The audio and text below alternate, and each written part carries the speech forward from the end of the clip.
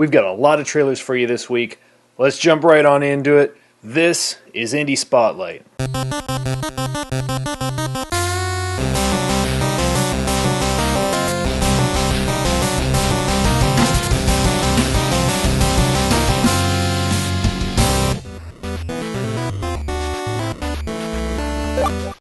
Welcome to Indie Spotlight, the show where we take indie video game news, trailers, and new releases, and we get them out there for you guys to check out. As always, this week we are starting with trailers, and the first trailer that we have for you is Volgarr the Viking.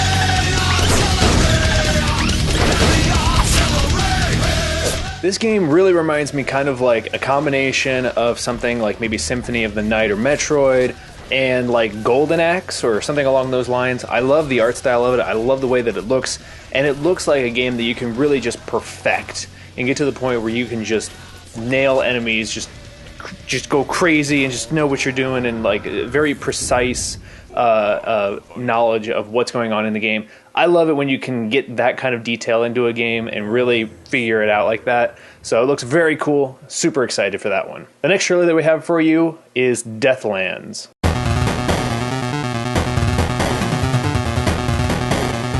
As you can see, Dethlands is being designed to look like an old Game Boy style game, and it looks pretty cool. I like that it's kind of just the green and black, or black and white, if you want to say black and white, but I particularly love the fact that it's kind of like a metal, Brutal Legend type thing, but a side-scrolling game, and I'm a big metalhead, so as you can, my hair's getting long, so I'm going to be able to headbang here pretty soon, so I might be able to do the hair whip thing.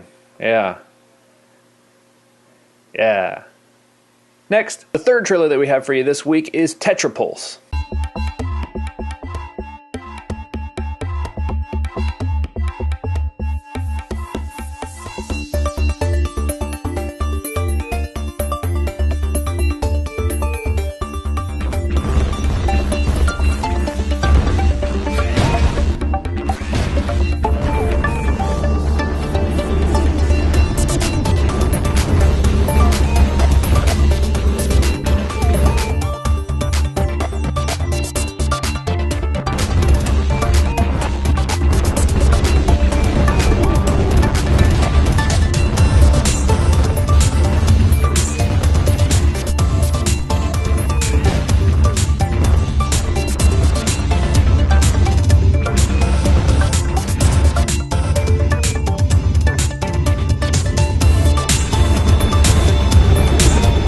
The game, as it looks like it's kind of a basic idea. It looks like you're going to be having a swarm of enemies coming at you, and you got to fight them off. But at the same time, your energy and your firepower is your own health, and so you have to be recharging on the central station that you're moving to different locations, I guess, for whatever progress reasons they haven't given.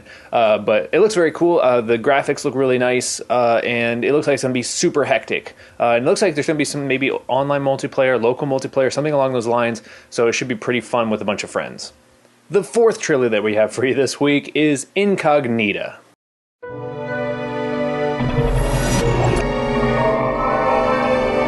Klei.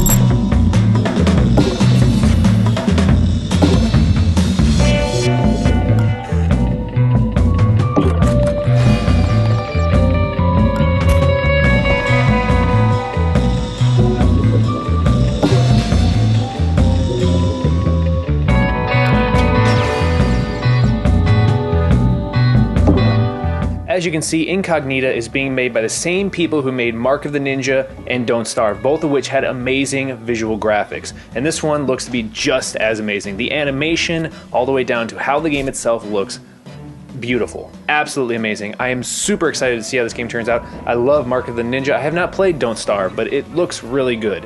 I have not beaten Mark of the Ninja, but from what I've played, it is an absolutely amazing title and worth purchasing. So this team, they know what they're doing, and I'm super excited to see what happens with this game.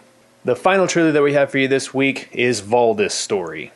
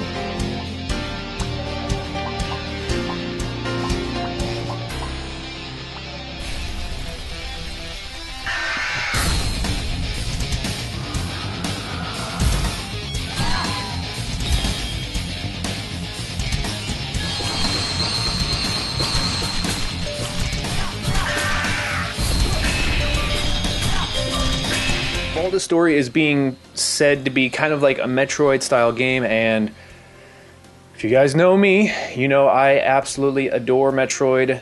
Super Metroid is one of my favorite games of all time, even though I only recently finally got a chance to play it in the last year or so.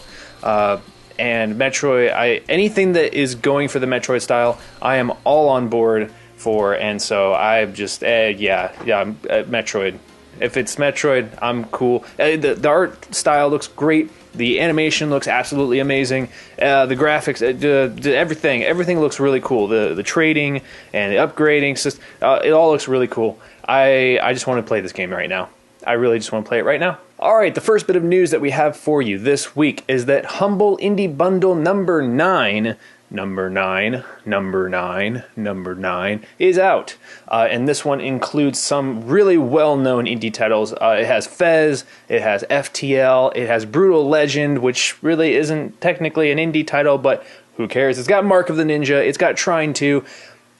It's got a whole bunch of really good games. Fez and FTL are going to be the games that you have to pay more than the average in order to unlock, but all the others are pay what you want for them. So absolutely amazing bundle this week. Link is in the description if you want to go and get some of these games. So the Ouya's been having a bit of a time lately because they had a campaign that they were doing called Free the Games.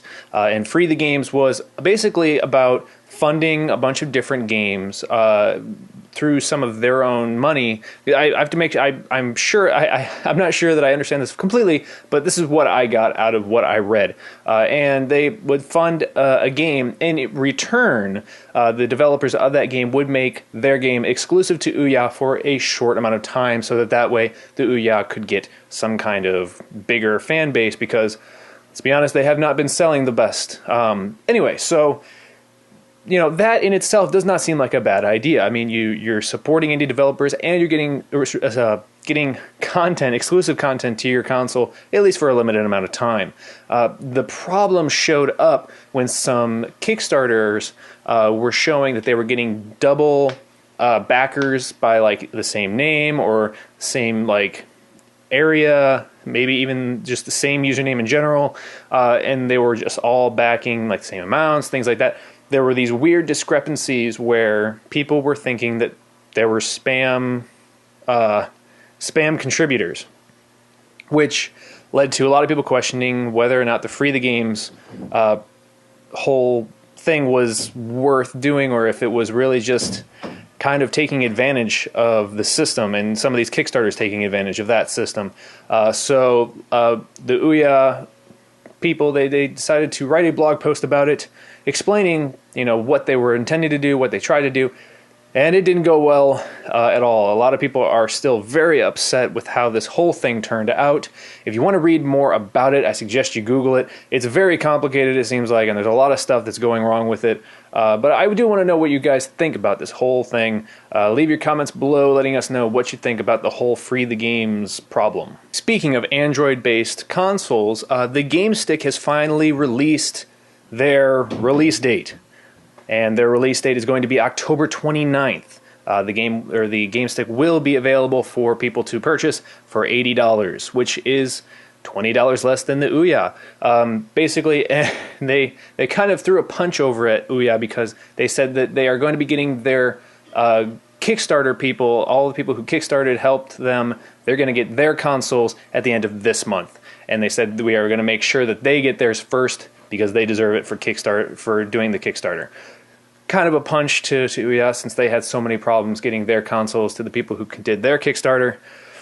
But what are you going to do? But anyway, if you guys are interested in GameStick, we'd like to know what you think about it, because I really don't know a whole lot about it. I've heard the controller itself is not the most comfortable, but to me it looks very good. It looks kind of like a retro Nintendo or Super Nintendo controller.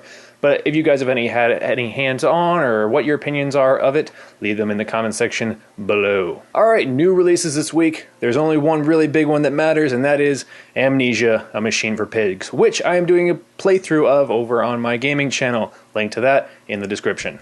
But thank you so much for watching this episode of Indie Spotlight. As always, if you have any news, trailers, or new releases you would like to let us know about, you can hit me up at Twitter at twitter.com/Dazerin, Ryan at twitter.com/MasterBlood, or VVGTV at twitter.com/VVGTV.